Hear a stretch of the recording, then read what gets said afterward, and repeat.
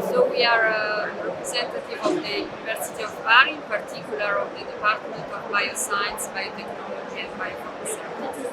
Actually here we are telling you the story of our last project, which involved, basically the idea was to try to give back value to ovine, to sheep wool, which is now considered as a special waste and has to be managed as a special waste, which impose expenditure costs for the breeders, for the sheep breeders. And in this case, we would like to give back value to this resource with new approaches. Starting from this project, actually, we had the opportunity to explore which could be the main and the most promising application of wool in a new optic. And so basically there is one, the most common one, it's not new as an idea, is to use wool as a textile fiber, but still you can rethink completely the process, how you use sheep wool in the textile industry, because for example, we have a collaboration with a startup, a Apulian startup, who had the idea to work a lot on the traceability of the entire process, so they can guarantee the traceability of the raw material. They work on the using natural dyeing products derived from vegetables to dye, and so to have colored products, so you can have a textile clothes that are made by wool, but they are colored using natural dyes. And also they can assure you that this wool has been produced in farms that follow the organic rules, and also they assure you that animals were reared under systems that guarantee the welfare of the animals. So you buy this kind of product, you as a consumer really have in your hands the ability to change a system, a producing system, and to really contribute to rural development, to conservation of animal biodiversity, to reduce income for the farmer. Income from the farmer, so which means that the farmers stay in this place and continue to take care of some areas where otherwise you have no more people settling there. And also you obviously you create a product that reduces the impact, the environmental impact of the textile industry, because you reduce the use of chemical dyes. So this is one of the aspects. Then this is the more traditional one. Then you have one which is a little bit more innovative but still well established around the world, which is the use of wool as an insulator for building and constructions. You can have a lot of experimentation in this field, because at the moment you have mainly kind of mattresses that you use as an insulator, but we had some exchange with the construction sector.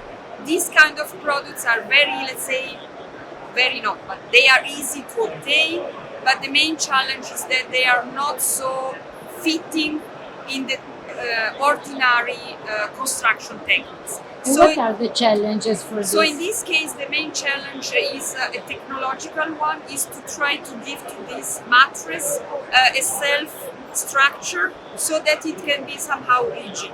So you don't need to fix it with some additional materials, or you don't need to use chemicals.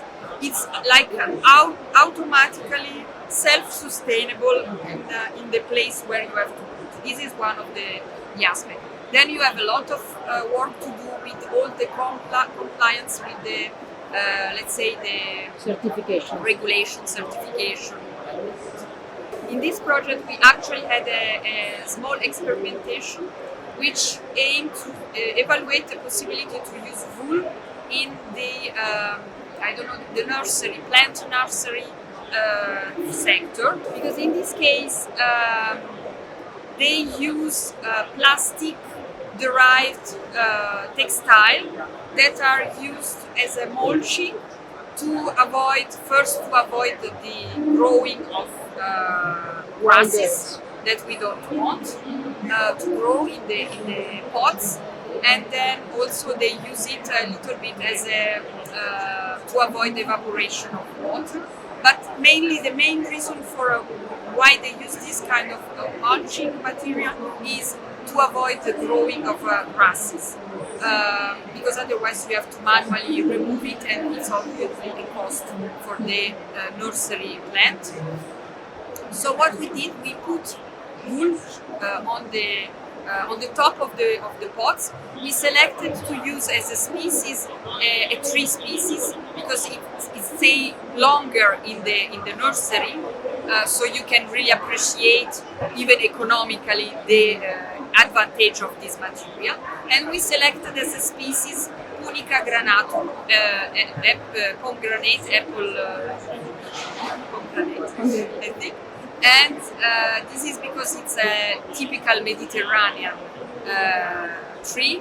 So in this case, we wanted really to appreciate how much this wool can allow to save water. So to help this kind of sector to save water. So basically the experimentation lasted 1 year and a half, and we had incredible results.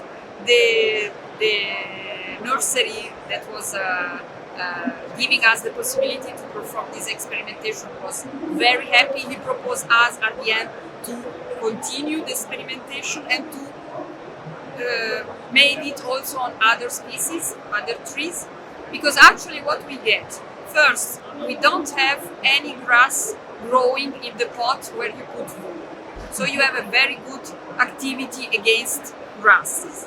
Second, wool during the night is able to absorb the humidity that is in the air during the night time, and during the morning time, in summertime, then you have this humidity that is going to be evaporated, and then it cools down the temperature of the soil, which is good for the plant. And then you use, you normally have to water the plant, but if you put wool on the top, then you can halve the watering necessity of the plants. So actually you can save money because you don't need employees that go there to remove the air. You don't need chemical compound to avoid grasses to grow because some of them use chemical compounds. You have a plant that grows better because the soil is in a better temperature condition, and then you save water. One of the, I would say, the major challenge that you have in this field for any kind of downstream valorization of this raw material is actually the very first, one of the first steps, and is the most limiting, is the washing. Because right now, I would say that wool washing has been industrialized, but actually thinking how to transform into an industrial process what exactly was the manual process that people did for centuries. We think that today we are in the good position. There are so many expertise that probably have nothing to do with wool, but they could help us to rethink how washing is conceived. As a researcher, we don't have, I would say, the right ability to give to this device a commercial future, a commercial opportunity. So what we would like to do is to find someone who can be interested and can really appreciate the potentiality of this application, and then can really, I would say, as an entrepreneurship, give to this application a follow-up and then allow it to become feasible.